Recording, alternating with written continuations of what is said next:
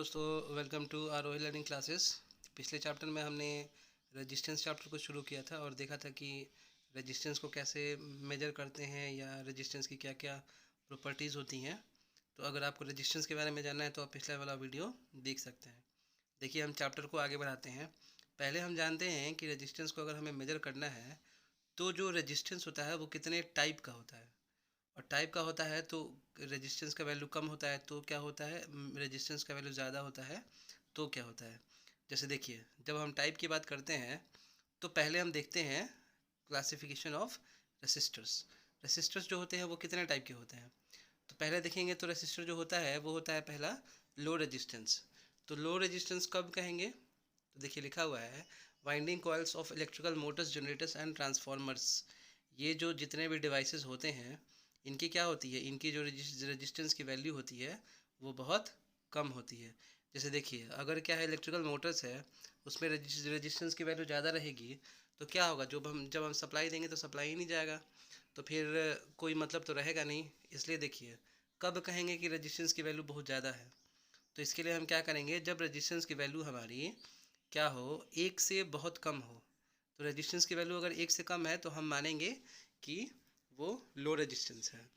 पूछा जाएगा कि लो रेजिस्टेंस कहाँ कहाँ होता है, तो हम क्या कहेंगे, लो रेजिस्टेंस होता है हमारा इलेक्ट्रिकल मोटर्स में, जनरेटर्स में, ट्रांसफॉर्मर्स में, इन सब में हमारा होता है लो रेजिस्टेंस। अब देखिए, हम देखते हैं कि मीडियम रेजिस्टेंस क्या होता है। तो मीडियम रेजिस्टेंस का वैल्यू, मीडियम रेजिस्टेंस का सबसे पहले वो क्या होता है, रेंज क्या होता है। तो मीडियम रेजिस्टेंस तब कहते हैं जब रेजिस्टेंस का वैल्यू जो होता है 1 ओम से 100 किलो ओम के बीच में होता है। 1 ओम से अगर 100 किलो ओम के बीच में है तो उसे हम कंसिडर करेंगे कि वो क्या है, हमारा मीडियम रेजिस्टेंस है। अब पूछा जाएगा कि मीडियम रेजिस्टेंस किस किस डिवाइस में होता है, तो मीडियम रेजिस्टेंस होता है इलेक्ट्रॉनिक एसेसरीज़ में, जो भी होता है उसमें रेजिस्टेंस का वैल्यू क्या होता है, मीडियम होता है। अब देखिए हाई रेजिस्टेंस, तो हाई रेजिस्टेंस किसको कहेंगे, तो हाई रेजिस्टेंस जब हमारा रेजिस्टेंस का वैल्यू 100 किलो ओम से बहुत ज़्यादा हो जाता है तो उसे हम कहते हैं हाई रेजिस्टेंस। सबसे पहला टर्म क्या है कि हमारा जो रेजिस्टेंस का वैल्यू है वो 100 ओम से ज़्यादा होना चाहिए। तो कहाँ पे रेजिस्टेंस का वैल्यू ज़्यादा होता है, तो देखिए insulation of electrical cables and windings, insulation जो होते हैं वो क्या होता है, हमारा हाई रेजिस्टेंस के रेंज में आता है। उनकी वैल्यू बहुत ज़्यादा आती है, 100 किलो ओम से भी ज़्यादा आती है। अब देखिए, रेजिस्टेंस लिमिट जानते हैं, जैसे कि जब भी हम यूनिट एंड डायमेंशन पढ़ते हैं तो जो रेजिस्टेंस होता है, जो फोर्स होता है, जो मास होता है, सबको हम क्या करते हैं, एम एल और टी के टर्म में डिनोट करते हैं। तो देखिए, बेसिक सा फॉर्मूला है कि फोर्स इज इक्वल टू क्या होता है, तो हम जानेंगे कि फोर्स इज इक्वल टू होता है एम इंटू ए, और ए क्या होता है, ए टेंस टू क्या होता है, ए का मतलब एक्सेलरेशन होता है, और एक्सेलरेशन का मतलब क्या होता है, change in velocity by time. आप पढ़ते थे जब 9th क्लास में, तो क्या दिया होता था एक्सेलरेशन का वैल्यू, एक्सेलरेशन का वैल्यू होता था change in velocity by time. कम से कम समय में कितना ज़्यादा वेलोसिटी में चेंजेस हो रहा है, तो इसको हम बोलते हैं एक्सेलरेशन।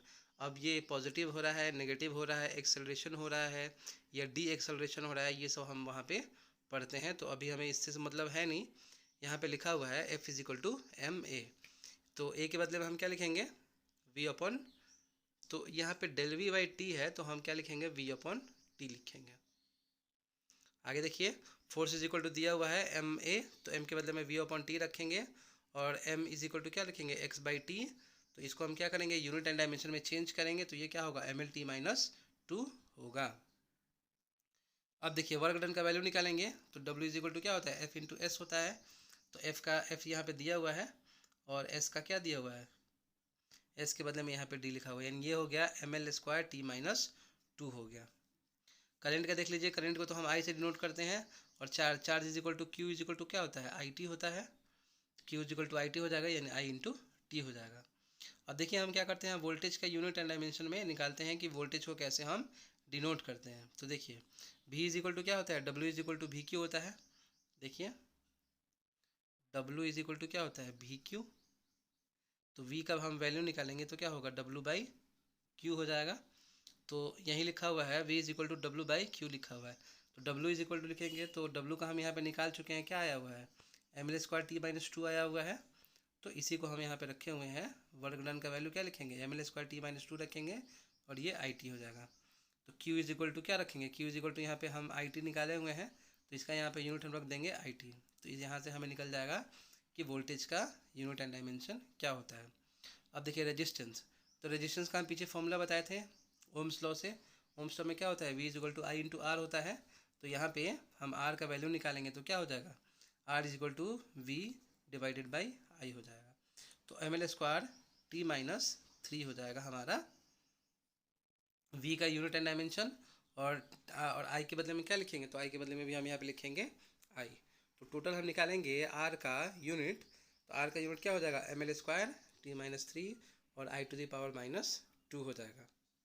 ऐसे ही देखिए कैपेसिटेंस का निकालेंगे, तो कैपेसिटेंस का फॉर्मूला क्या होता है, Q is equal to C/B होता है, जहाँ C क्या होता है कैपेसिटेंस, V होता है वोल्टेज और Q जो होता है वो होता है चार्ज। तो Q के बदले में क्या लिखेंगे IT, तो देखिए Q के बदले में यहाँ पे IT लिखा हुआ है और V के बदले में क्या लिखा हुआ है, तो V के बदले में लिखा हुआ है, देखिए यहाँ पे हमने V का निकाला हुआ था ml² t - 3 I⁻⁻1। तो हम V के बदले में क्या लिखेंगे, ml² t - 3 I⁻⁻1। ऐसे यहाँ से हमको C का वैल्यू पता चल जाएगा कि C का डायमेंशन क्या होगा। ऐसे ही देखिए वोल्टेज का निकालना है, तो हम इंडक्टेंस का अगर निकालना है V is equal to L/di/dt, तो देखिए L का भी निकाल सकते हैं। तो V L/di/dt लिखा हुआ है, तो di/dt को I/t लिख सकते हैं। ऐसे ही L का वैल्यू निकालेंगे तो क्या होगा, ये जो V है इस V में T से डिवाइड होगा, सॉरी मल्टीप्लाई होगा, तो L is equal to V into I/t हो जाएगा। तो L का वैल्यू निकालेंगे तो ये हो जाएगा ml² t - 3 I⁻⁻1t और I के नीचे I लिख देंगे। ऐसे ही हम चाहें तो यहाँ से हम निकाल सकते हैं कि हमारे इंडक्टेंस का यूनिट एंड डायमेंशन भी क्या होता है। तो देखिए जितने भी ये मैंने टर्म दिए हुए हैं, जैसे कि फोर्स का क्या होता है, वर्क डन का क्या होता है, करंट का क्या होता है, चार्ज का, ये सब क्या होता है हमारे MCQ में आते हैं। रेजिस्टेंस का क्या होता है और कैपेसिटेंस का क्या होता है, वोल्टेज का क्या होता है और इंडक्टेंस का क्या होता है, इन सब की बहुत ज़रूरत पड़ती है। हमारे MCQs में भी आते हैं और मेंस में भी आते हैं, मेन वाले पेपर में भी आते हैं। अब देखिए जो वोल्टेज है, जो भी रेजिस्टेंस है, रेजिस्टेंस को भी मेजर करने के बहुत सारे तरीके होते हैं। जैसे देखिए measurement of medium resistance method, medium resistance को हमें मेजर करना है तो कौन कौन सा मेथड होता है। अब देखिए 1 ओम है तो उसको मेजर करने की तो ज़रूरत ज़्यादा है नहीं, तो मीडियम रेजिस्टेंस को कैसे कैसे मेजर करते हैं। पहला देखिए, पहला दिया हुआ है volt ammeter method, VI method, दूसरा है सब्सटीट्यूशन मेथड, तीसरा है हीट स्टोन ब्रिज मेथड और चौथा है ओम मीटर मेथड। तो हम क्या करेंगे, बारी बारी से इस चारों फॉर्मूला को पढ़ेंगे कि चारों फॉर्मूला से हम कैसे मीडियम रेजिस्टेंस का वैल्यू निकालते हैं। देखिए लो रेजिस्टेंस को भी मेजर करते हैं, लेकिन लो रेजिस्टेंस को मेजर करने का अलग प्रोसेस होता है। और ऐसे ही क्या करेंगे हम, ऐसे ही हाई रेजिस्टेंस जो होगा उसको भी हम क्या करेंगे, मेजर करेंगे, लेकिन उसका क्या होगा, उसका मेगर मेथड या उसका अलग सारा मेथड होता है, तो उसको हम आगे पढ़ेंगे। जैसे देखिए अब हमें क्या करना है, अब हमें एरर निकालना है। तो एरर निकालने का क्या फॉर्मूला होता है, रिलेटिव लिमिटिंग एरर और एब्सोल्यूट एरर। सबसे पहले एरर क्या होता है, एरर ये होता है, जैसे मान लेते हैं कि कोई वैल्यू है 100 है और हमने क्या किया है कि मेजर कर लिया है वो 100 से ज़्यादा मेजर कर लिया है या 100 से कम मेजर कर लिया है, तो एरर तो वही होगा ना, 100 से जो ज़्यादा है या जो कम है। तो जो भी हमारा मेजर्ड वैल्यू है, जैसे मानते हैं कि मेजर करके हम 102 लाए हुए हैं और हमारा ट्रू वैल्यू क्या है 100 ही है, तो 102 में से हम 100 माइनस करेंगे तब तो हमें पता चलेगा कि हमारा एरर कितना आया हुआ है। तो हम क्या करेंगे, तो एरर का फॉर्मूला क्या होता है यहाँ पे, तो एरर का फॉर्मूला निकालेंगे परसेंटेज में, तो measured value minus true value divided by true value, और अगर 100 से मल्टीप्लाई कर देंगे तो हमें परसेंटेज में पता चल जाएगा कि हमारे एरर का वैल्यू कितना आया हुआ है। ऐसे देखिए actual value minus nominal value divided by nominal value, ये भी क्या होता है हमारा रिलेटिव एरर का फॉर्मूला होता है।